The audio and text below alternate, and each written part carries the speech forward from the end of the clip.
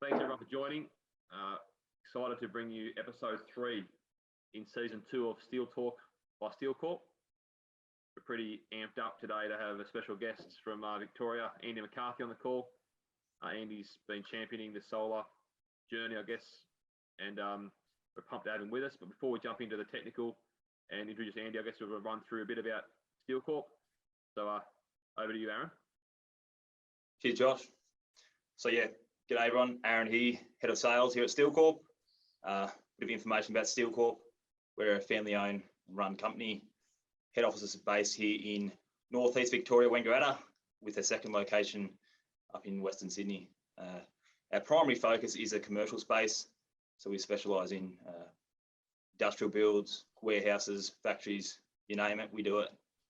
So I'll have here with me Josh, General Manager. Thanks, Aaron. Yeah, and excited to be on this call. And as Aaron said, we're a family company that loves specialising in commercial projects, so we're keen to sort of have this on an angle of commercial focus within the solar industry. So that's it. And if by chance you may have missed the last episode, we were pretty excited to have Ellie Gashite with us. Ellie was from Navon Planning and is a town planner in Sydney, and brought great value to the planning process for projects, which is often a great concern. And we can't go any further than this.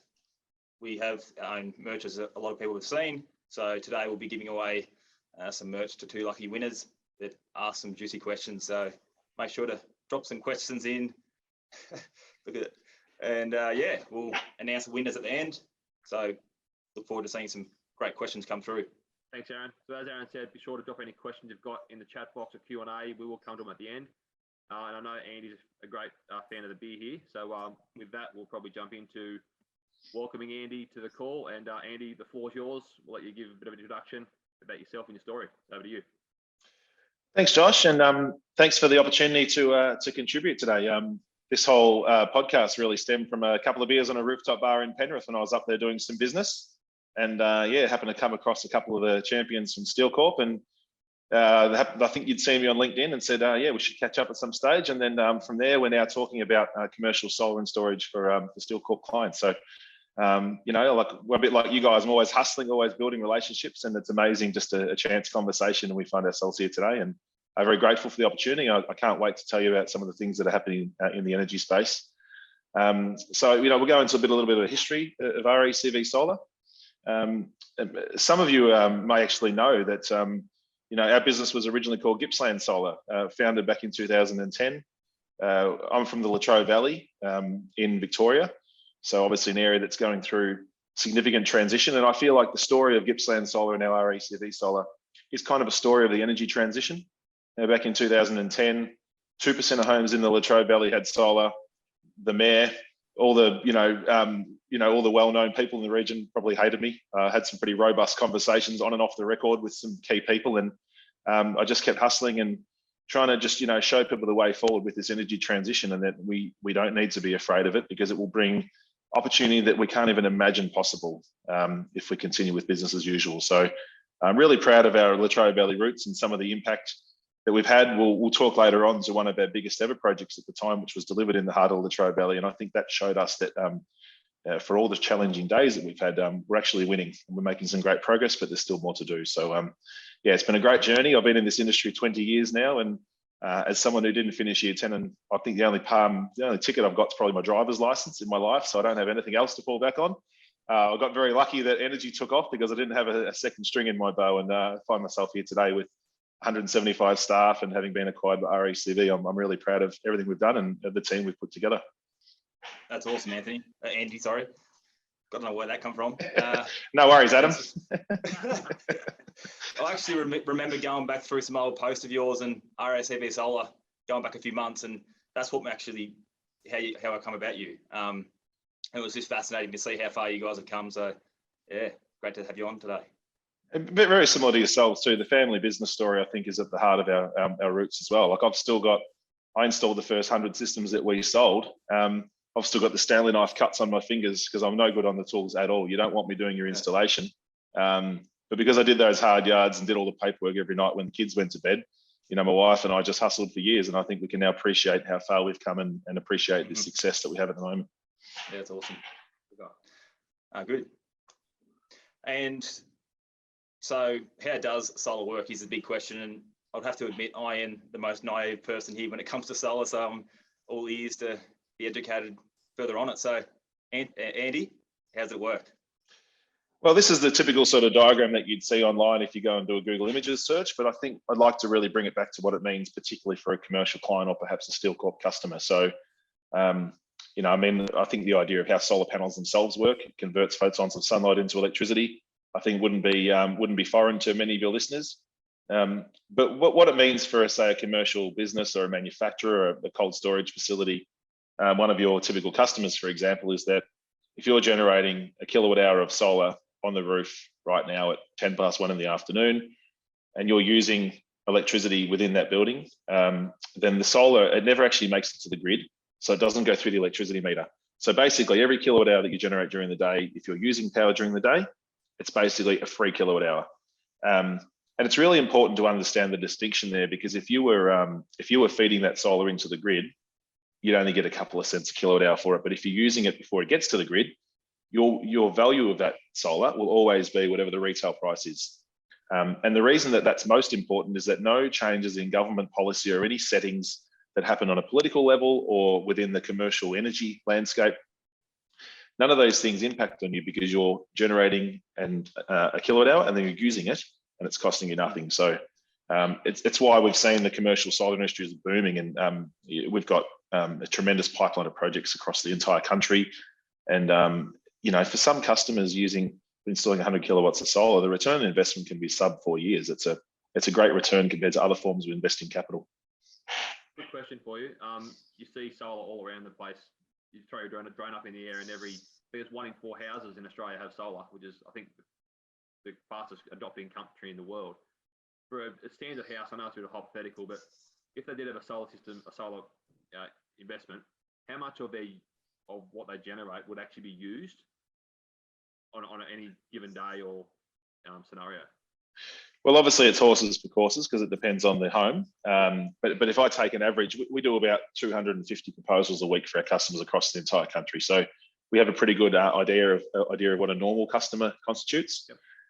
I would say that the average home would use half of their solar at the same time it's produced. We call that self-consumption, and the other half would be fed to the grid. So, back in the old days, if you fed a kilowatt hour of solar to the grid because you weren't using power, you weren't home, you were getting 66 cents a kilowatt hour for that electricity, and you were making money for jam. And also, it would have cost you $18,000 to install a 5 kilowatt system. Now you can install a 5 kilowatt system for $5,000 or sometimes less. So even though you're only getting 4 or 5 cents for feeding excess solar into the grid, the return on investment has never been shorter than what it is now. So because we have so much solar in the grid now, we're actually seeing at times in Victoria, for example, we're sitting on 60, 70, 80% of our state's energy being net by renewables. We're getting to the point where there is sometimes almost too much renewable energy in the grid. That's why feed-in tariffs are dropping, to try and encourage people to put in batteries and store their solar during the day and then use it at night. And just one interesting bit of data is that in the last 2 years, 2 years ago, of all the solar systems we installed, 2% of them came with a battery. A year ago, it was 10%. And as we currently sit today, it's about 36, 37%. So it's been quite exponential, that growth. And I don't see, I only see the trend line going one way, as people realize that feeding into the grid now makes no sense. Spot on. So I think we're going to come to the battery topic about later on. But a quick question: if houses or people are generating too much electricity than what they actually need, is that the fault of the solar company putting in a system that's too big, or how does that work? Well, it's always designed so that you get the best average across all the seasons. So what you'll see I'll use Victoria as an example, that we might generate a quarter of the energy in winter as what we would in summer on average. So what you need to do is design a system that in winter you have enough capacity that even if it's only working at 30 or 40% efficiency, that you're still meeting most of your needs. The trade-off for that is that in summer you will be exporting excess into the grid. To be perfectly frank with you, that's not a great thing for the network. All of this variable renewable energy coming into the grid now, it was really necessary to get us up to 50, 60% of our needs met by renewables in the network. Once we go up to 60, 70, 80% and above, and sometimes over 100% in South Australia at the moment, it's actually not a good thing for unregulated renewable energy to be flowing around the grid because the network wasn't designed for it. And again, we'll talk about battery storage later, but that's where the next stage of this revolution comes from. We could be here for days, Andy. We better keep moving. I love it. So we've already touched on a bit about your story, I guess, and the company story. So are you happy to just jump over this one at the moment, or is there any more you want to add? No, I'd probably just talk about our. Oh, sorry, Aaron, you go. Yeah, I was just going to say, talk a bit about RACV Solar.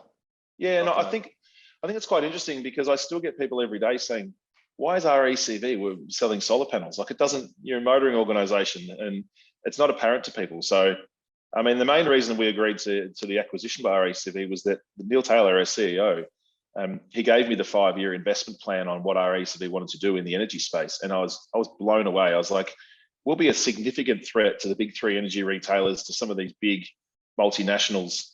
The size of our balance sheet, our 118 years of history as an organisation, we've got 2,800 staff or more.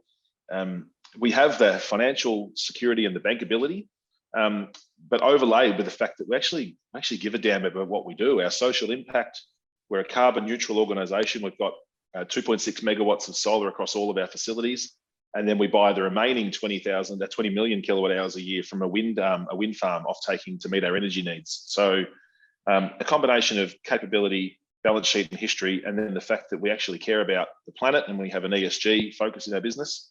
I think that's why I've been so successful in the commercial space, because a lot of companies are doing it now because they really want to make a difference and create a better future for next generation. In an earlier chat, we spoke about there's 2 things driving the investment. I guess there's the social impact, making it a better place, but also the financial impact as well. The reason for that. So there's 2 prongs to it, I guess, that everyone's considering. Yeah, absolutely. It's actually quite interesting over the last few years that there will be customers that, like, their dirty little secret they'll admit to me behind their hand is that they don't really care about the environment. That it doesn't drive them. They're doing it to save money.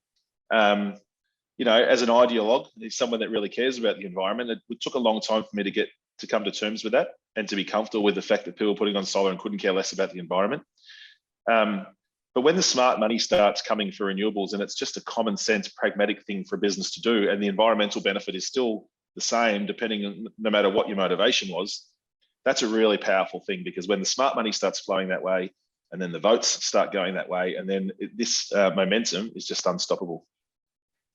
Hold on. Before we jump to the next slide, you must be driving an EV, are you? What sort of car are you? Yeah, I think I might have had maybe the 15th or 20th EV in Victoria back in 2015. It's funny because I think when we bought our Tesla back in 2015, I would only see one every couple of months. So you'd be driving down the highway and you could see the headlights from like a couple of kilometers down the road, like, oh, that's another Tesla. And then you'd wind the window down and they'd have their window down. You'd all do the big wave. But the downside, there was no charging infrastructure. So you found yourself, especially running a business where you have to drop everything and head to a meeting. I had some really frustrating. Sometimes I had to stop and have a beer for an hour at a pub because I had to charge up a PowerPoint. But it's funny because now there's tens of thousands of EVs are there, and someone actually put in a Tesla owners club forum the other day. Said, guys, are we still doing the wave? So it's been a great journey. Yeah, that'd be awesome. So before now we're ready, I guess, to jump into some of the technical things about solar, and there's a few points here. I guess just wanted to guide our conversation around, but in no particular order. Andy, you able to talk to some of those points and give our listeners a bit of a feel around where we've come from? What does the next 5, 10, 20 years look like in the industry? Is there any support from government? If so, what is it? What should it be? And then maybe some, on the last point, I want to see some generic information on ROI or any figures you can share, because I know a lot of people on our call today, that's what they care about, these dollars. What's it going to add up for me? So over to you now on this one. Thanks, Josh. So I think we've obviously seen the significant growth in renewable energy penetration over the last 5 years. So what we've seen now is that we installed our first 100 kilowatt system for a brewery in my hometown of Murbu North in Gippsland in late 2013. That was the first 100 kilowatt system in regional Victoria. And now we see them, there'd be 20 of those going in a week across Victoria. So we've seen that businesses installing a 100 kilowatt system. I say 100 kilowatts because the rebates are structured in such a way that a 99.9 kilowatt system is the best sweet spot for return on investment. So that's why I use that as my frame of reference. But we're seeing now that the market has evolved. So you'll have everything from a manufacturer in Dandenong putting on 100 kilowatts of solar on a 6-degree east-west shed. They're going to spend circa $100,000 on that system. It's going to save them $25,000 or $28,000 a year. So you can see there that for them, the ROI is extremely attractive, just in purely financial terms. We're also seeing more complex projects now. So because of the way that electricity bills for commercial clients are changing, we've actually seen battery storage coming into frame for a lot of customers. We'll talk to it later, but we've actually installed the largest battery behind the meter in the country. And there's some really interesting reasons as to why. It used to be that you put a battery in so you can store your excess solar and use it at night. But it's actually quite fascinating now. There's about 11 different ways to generate revenue from a commercial battery. And it's fascinating when you bundle them all together.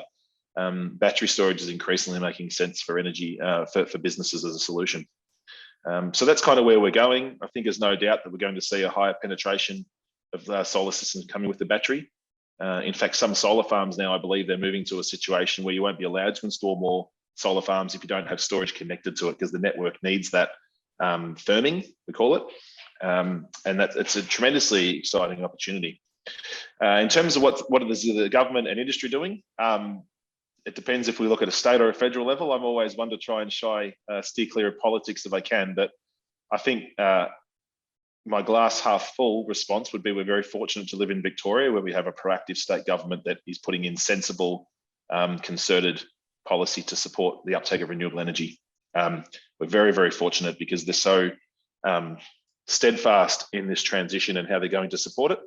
They're also very interested in how they can support industry to accelerate the uptake of renewables, but not get in the way. And that's what we see a lot with government, is that they are trying to help, but they don't really understand how to help and how to support the industry without becoming kind of a bit of a fork in the road for us and getting in the way of progress. So I think that's why we've been so successful in Victoria, particularly with our uptake of renewables. And industry is just getting on with it. I mean, I don't think they really care about what is or isn't happening at a federal government level, to be frank. Businesses are just getting on and doing it and saying, if I can invest $250,000 and get a 25% a year return on investment, I mean, where do I sign? It just makes sense. And I guess at SteelTalk, we could probably talk to that point, Aaron. We've had a bunch of clients over the last 6-8 weeks that have really shown that they're leading the way in their space, whether it's biogas or EV charging stations or bus depots. The list goes on. I interrupted you. Go on, Andy. Well, actually, yeah, I'm glad you did, because some of those projects are actually quite relevant. We've just installed 130 kilowatts of solar and a large-scale battery for Latrobe Valley bus lines in the Latrobe Valley, and they're using it to power an electric bus along one of the routes. So, we're getting into the EV space heavily. Obviously, being a motoring organisation at heart, this is our happy place, is electrifying transportation. So, I mean, I don't even know what angle to take it, because there's so many sectors that are doing so many good things. But at the end of the day, it's better for the environment, it's better for their bottom line and their hip pocket, and it just makes sense on every level. So I'm really excited where it's going. I heard not long ago that apparently all buses are going to be electric by 2030. Is that right? Well, yeah, they should, because when you're looking to electrify certain parts of the transport sector, Aaron, you're really looking for predictability. So if you're looking at buses that do the same 35-kilometre route every day, they start and stop at the same depot, so you can put solar in situ there and charge it from renewables. If you look at short-term airport buses, if you look at transfer and waste and tip trucks running around 6 o'clock in the morning, I'm sick and tired of getting woken up by the tip truck. They're coming around the transfer station truck, making a hell of a racket. Well, if that was electric, you'd only have the sound of the arm actually picking up the bin, but the actual engine itself would be silent. So there are sectors where, of course, we should be electrifying it. It just doesn't make any sense not to, and it frustrates me that we're not doing more. Would it be fair to say that the transport industry is probably leading the way somewhat in that space, and maybe manufacturing and warehousing is probably a little bit behind? Would that be fair or not? Well, in our experience, we're having some really inspiring conversations with the transport sector. So where RACV has a partnership with Hyzon Motors, they make hydrogen trucks and coaches, buses. So we're going to be installing a very large scale solar array, which powers an electrolyzer, which creates green hydrogen, and the hydrogen fuels the buses and the trucks. So that's a Victorian manufacturing facility pumping out 100 odd vehicles, heavy vehicles a year, powered by renewables and green hydrogen. And that's just one part of the sector that's doing some great things. But then if you look at all of the other small and large scale transportation needs that are being met with electrification now, we're also talking to councils about putting in fleets of electric vehicles. So won't deep dive on it too much, but we put solar on the roof. We built a solar car park made of solar panels on the roof. We put in some smart EV charging, so you can plug in 8 electric vehicles, and the software will make sure that you're equalising the charge across all the EVs, so that when someone working for the council comes up to the parking bay, they can see what state of charge each of those vehicles is at and just jump in one. And you're only ever taking, say, 100 kilowatts from the grid, but you're spreading that over all the cars, so that by 9 o'clock in the morning that they're all fully charged and ready to go. So there's some wonderful solutions if we can bring some hardware and some software and a bit of technology into the mix together. And I guess where the team at SteelTalk can work in that space is by creating the structure that a lot of these facilities need, whether it's a charging carport or a big awning, to house these panels and the charging stations. That's where we can step in. Is that right, Aaron? That's it, mate. Cheers. We do. Right. So the next slide we want to jump into was a bit of a case study. And I know you talked to it briefly before, Andy, about this being the largest, I think, or one of the largest you've done in Victoria. Can you give us a bit of a rundown on this project for Latrobe Regional Hospital? Yeah, happy to. I mean, firstly, the sheer scale of it. It's 1,428 kilowatts. That's 1.4 megawatt. So about 5,000 solar panels. There's a number of elements of this project which I think, it really hit me in the sweet spot because it's in the Latrobe Valley, of course. And I, as a long-term Latrobe Valley resident, having seen some of the journey that we've been on to get people social license built up in this area, I didn't actually think I'd see the day that we'd be installing 1.4 meg on the hospital in Traralgon, and the overwhelming response was positive from the community. So I was really excited about that. I was really excited that we had created a couple of apprenticeships directly from that project. So these are former power station workers that have now found a new career in renewables. There's a wonderful bunch of stories in our business about people that have done a bit of a pre-apprenticeship in the power industry and then decided to get into renewables because this is where their future lies. And just in terms of capability, like it doesn't look as difficult as it might have been from the sky. Like you look at this image and think, yeah, that's a lovely picture of some solar panels. But for 9 months, we were working on a site that has to operate 24/7. Of course, you can't turn the power off. You have a lot of sensitivities. There was 58 different roofs that we installed the solar panels across. So even just being able to run all the cable and cable tray across that site and do it in such a way to stay out of the way of the hospital so they can keep operating. I think it brought all of our skills to the fore, and our in-house engineering team smashed it out of the park. And we don't sub anything out in terms of project managers, installers, engineers. We do it all in-house. We made those investments because we can actually really control the customer experience.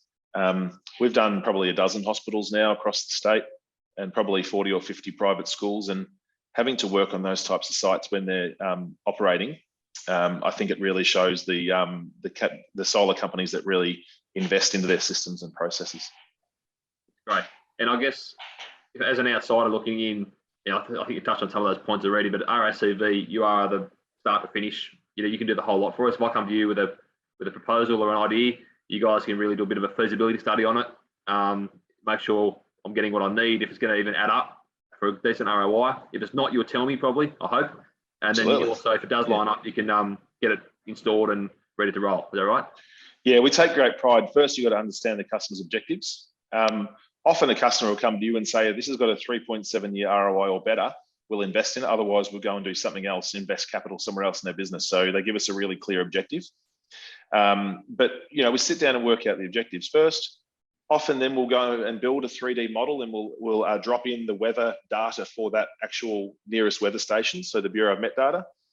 And using that model and the 3D model, even if there's a tree that is shading part of the roof, we can actually measure the sun path and every day of the year, every hour of the day, and we can say that that tree is going to have a 6% impact on the amount of solar you'll produce this year.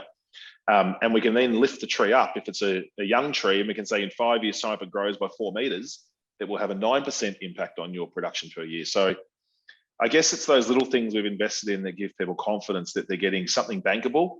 And we give performance guarantees with most of our systems if you take out a maintenance contract with us. And that means that if it doesn't produce what we say, that we're financially liable to compensate you. So that's where our ACV's balance sheet and its bankability comes in, because you know what you get from us, and we're a trusted organisation that is going to support you into the future. That's awesome. And sorry, go on. Yeah, I was just going to say that's amazing to see what detail you go into to look at that, the impact it has. It actually should be the industry standard, to be honest with you, Aaron. And yeah, we're getting better as an industry, but it's still very immature. I've actually had businesses come to me and say, these jokers are looking for $1 million of my money, and the business case they're putting forward is not fit to be written on a napkin. Like, it's just not. You have to understand that what you're selling here is energy. You're not selling solar panels. You're selling energy over a 15 or 20 year period. So I think we've kind of taken that approach that, you know, we need to be able to guarantee to the customer that this will produce X kilowatt hours over the next 15 or 20 years. And this is what it will save you. And if it doesn't, we'll compensate you. Love it. Great. Aaron, do you want to lead off with this one? Yeah, sure. This is an interesting one. I know it's a future one too. So talk to us about battery storage. Well, I think every commercial client's asking us about storage. Again, we were talking about that honesty. We take great pride in actually talking the customer out of it if it doesn't make sense. Because, you know, we were talking in the pre-chat about, you know, battery storage and how do you work out if it makes sense for a client? And I'd say that if we did 10 quotes for a commercial solar with a battery, only 3 of those would make financial sense to add the battery. So that target's moving. It would have been 0% probably 4 years ago. And it'll probably be 25% in a few years' time as feed-in tariffs drop when you feed excess solar into the grid. And also too, there's other market services. So this is where it gets a little bit complex. So we won't go into too much detail on the specific areas. But as I said before, there's about a dozen different ways you can generate revenue from a battery. We'll probably come to it in a minute, but there's one project we delivered in Western Sydney whereby, you know, the client's actually using the battery to feed electricity into the grid when the grid's under pressure. And so what that does, when everyone comes home from school and air conditioners and PlayStations and everything else are running at 4 o'clock in the afternoon in summer, the electricity demand goes up, so the electricity price goes up, and then someone with a large scale battery can actually, you know, sitting in an office somewhere, can just pump that energy into the grid within a fraction of a second and pick up tens of thousands of dollars of revenue in 1 hour. Sometimes a battery can pay for itself for the entire year just in 2 days in February, for example, in summer. So it's a fascinating market, and it's one that our ACV has really put a flag in the ground and said that we will be the go-to company for large-scale storage in Australia, because we do have that balance sheet. And frankly, like, it's almost where the solar industry was 10 years ago, where there's a whole bunch of people that think that there's this honeypot and they can buy a product for X and sell it for Y and everyone can make a lot of money, but they don't really understand what it takes to deliver, operate and maintain that asset and give the client everything they were promised. We've made those investments, and I think that positions us well to have a big chunk of the market. For those on the call, I guess it'd be helpful, Andy, just to go through maybe 2 different scenarios from a commercial point of view. So let's say we had a cold storage facility. You know, that facility is running 24 hours a day to keep the facility cold, storing yogurt, very important. And then we've got a manufacturing facility that probably only does 1 shift a day, has some fairly technical machinery that only has to run for a couple of hours during the day, maybe for a certain process. How does the ROI case for those 2 examples stack up if they were to look at solar and or battery? Perfect couple of examples, actually, because there's pros and cons for each. So let's take the cold storage place, for example. I mean, the first thing I would say, when we're quoting commercial solar and commercial storage especially, you can't quote a commercial project if you haven't seen what we call the interval data. So if you give me your electricity bill and you say we're using 1,000 kilowatt hours a day and we want solar, I can't in good conscience give you a proposal and tell you what the return on investment's going to be. Because all I can see is that you're using 1,000 kilowatt hours a day, but I don't know how much of that is during sunlight hours. I don't know how much is at 9 o'clock. I don't know how much is on the weekend. So you really need to get the 15-minute interval data. which shows the actual usage in 15-minute increments throughout the entire day. And we overlay that with our software against the solar radiation for that area. And then we can show you, that a 100 kilowatt system will produce, say, 120,000 kilowatt hours a year. Of that, 95% of that you'd use during the day. So it never goes to the grid. You get full value for that solar, and the 5% gets exported to the grid for whatever the feed-in tariff is. So it gets a little bit technical from there, but I think it is really important to understand that, say, that cold storage place, they might be using 80 to 100 kilowatts almost consistently through the entire day. They are the perfect candidate for rooftop solar, because I can tell you, a bit like that hospital in Latrobe, that every single kilowatt hour they produce for the year will get used before it goes to the grid. There's no feed-in at all. So your return on investment is perfectly measurable, and it will never change other than electricity prices going up in the future. That ROI will never change. Whereas a business, like a manufacturer, like I'm sure a lot of your customers are, that have maybe 120 kilowatt machine that runs for 3 minutes and then it stops, and then you've only got fridges and servers running, you might actually still be using 1,000 kilowatt hours a day like the cold storage place does, but you're using it in very peaky bursts. That doesn't bode well for a solar system investment, because you'll be feeding a lot of power to the grid. But for you, the battery would make complete sense, because you can smooth out the peaks and troughs.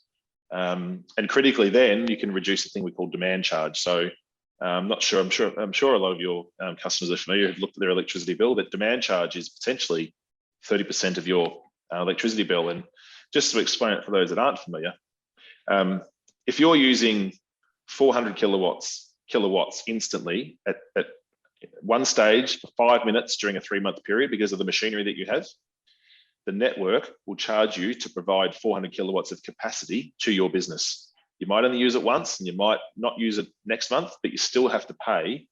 It's like kind of having a 200-litre petrol tank, and you only need 10 litres most of the time, but once you need the 200 litres, well, they'll charge you for the size of the petrol tank. So that's an extremely significant part of the electricity bill now, and it's how they've tried to stop customers from putting on solar and getting a great return on investment, because we can't always use solar to reduce demand charge. But that's why batteries make sense, because you can actually ensure that you never use more than, say, 30 kilowatts from the grid, and you can reduce your power bills by an extra $5,000 a month. So I guess to summarise that point, solar generates good power, but it must be used at the time to really get a good ROI on it. If you're not using it at the time, it's just released back to the grid. Yes, you get something for it, but the demand on that is going down and down until a point where probably will be zero, or maybe zero. It will be zero. Yeah. Yep. The benefit of a battery is you generate the solar, you can then store that power for when you need it. Otherwise, you can release to the grid when it's a good time, when the rate's high. That's right. Simple terms. That's it. And that's only one part of the equation for generating revenue from a battery. And then, as we'll talk about on the next slide, there's other versions, the other forms of revenue as well. But that's basically the core reason that most businesses put in a battery. Spot on. I've learned a lot. The time's getting on. We'll move on to the next one. So talk to us about this one, Andy. Well, Latrobe Regional Hospital at 1.4 megawatt, that was our largest system we've ever installed. And then we're fortunate enough to be awarded this contract by our partners at CEP Energy, a private equity firm. So I love this project for so many reasons. Firstly, it's 2.6 megawatts of solar, so it's nearly twice the size of the one we did in on the hospital in Trelgan. It's also got a 10 megawatt hour battery. So that's about 840 Tesla Powerwalls for those that have a Powerwall battery at home, for example. It's huge.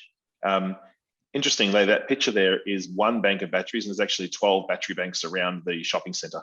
So you just keep walking around for hours, and there's just battery banks everywhere. It's my happy place. I love walking around there, and just it's awesome. And like it's an incredible project. There's a number of things that I love about it. It's the largest battery behind the meter, so on a retail premises in the country. So I'm really proud of our team for delivering it.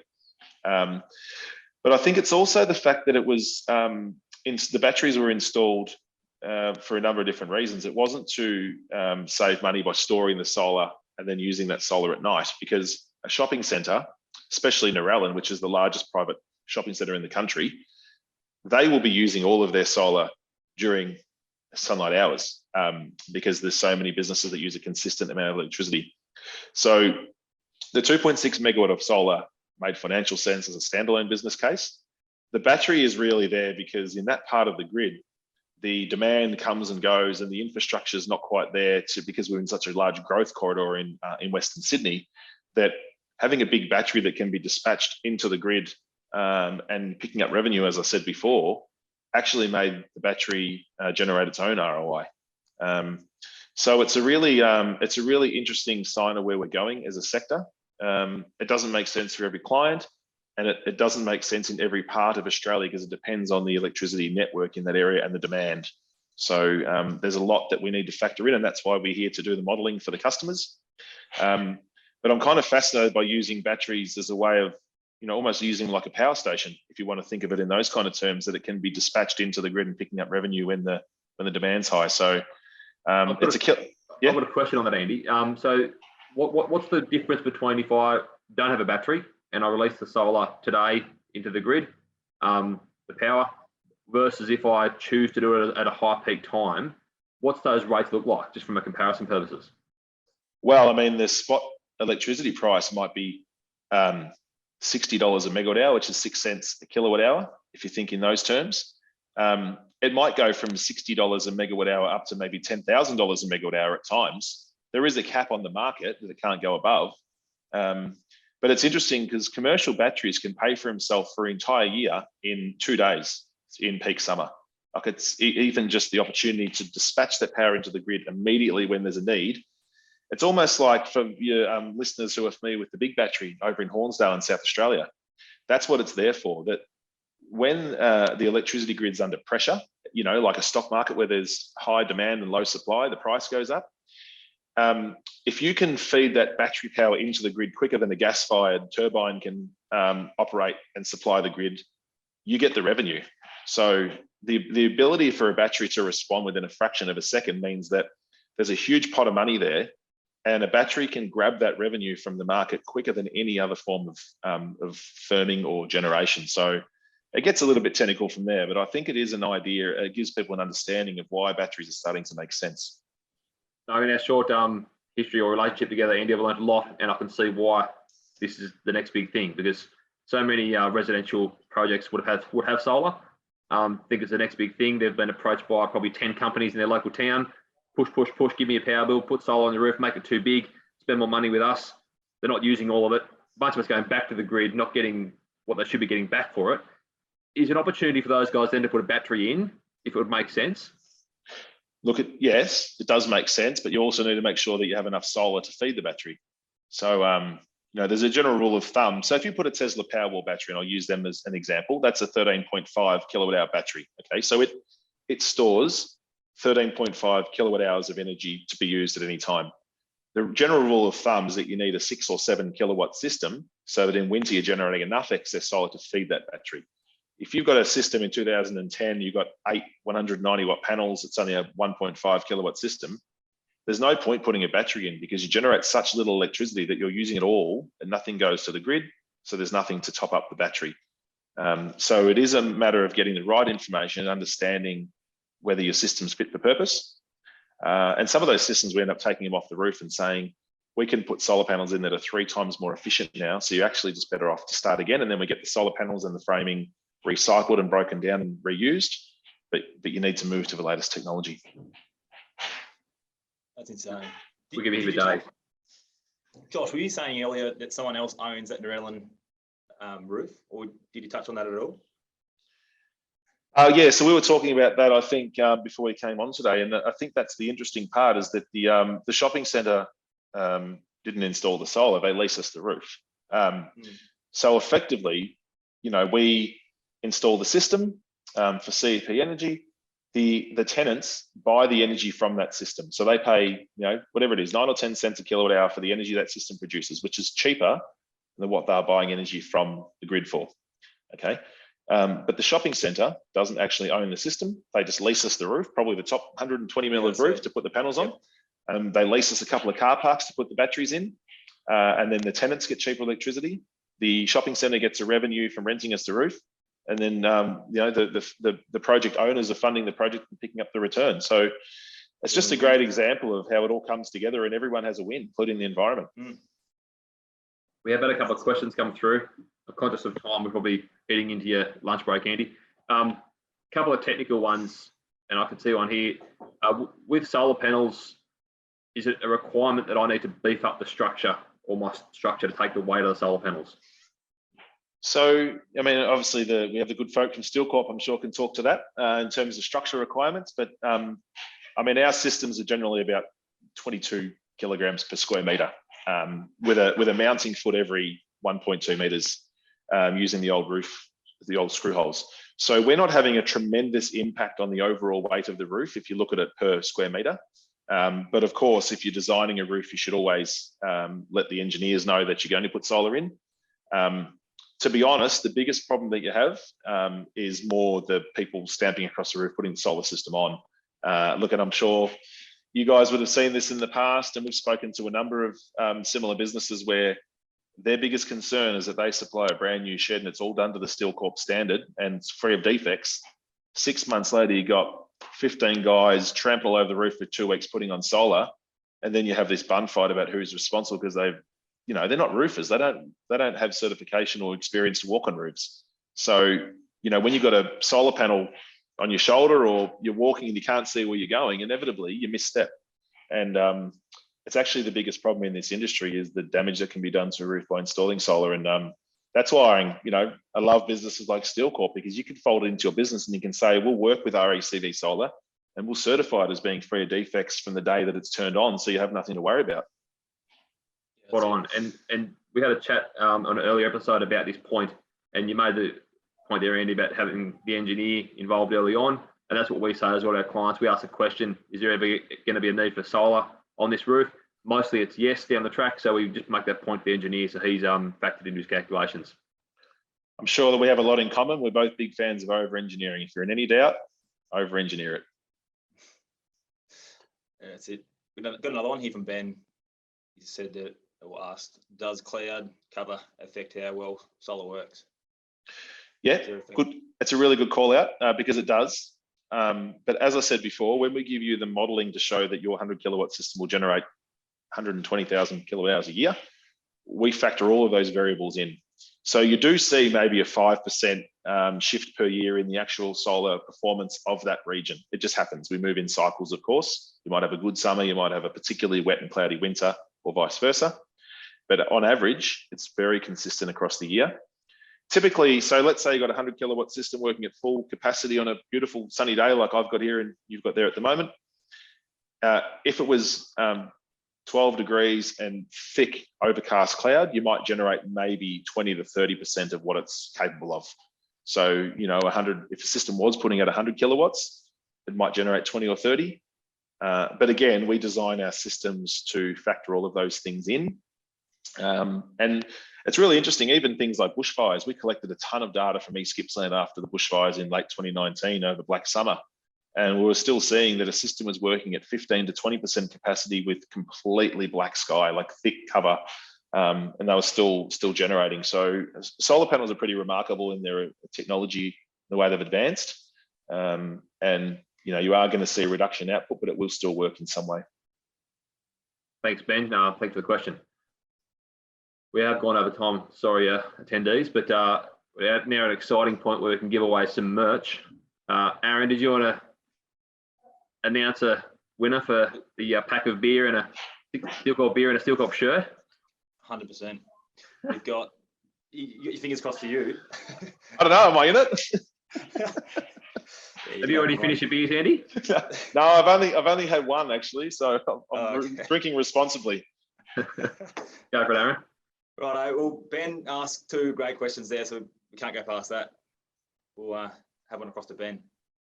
I also want to call out James Arkle as well on the call. So thanks, James. I know you're a part of the electricity industry. I don't know if Andy knows James, but we'll give James a pack as well. Aaron, you happy with that? 100%.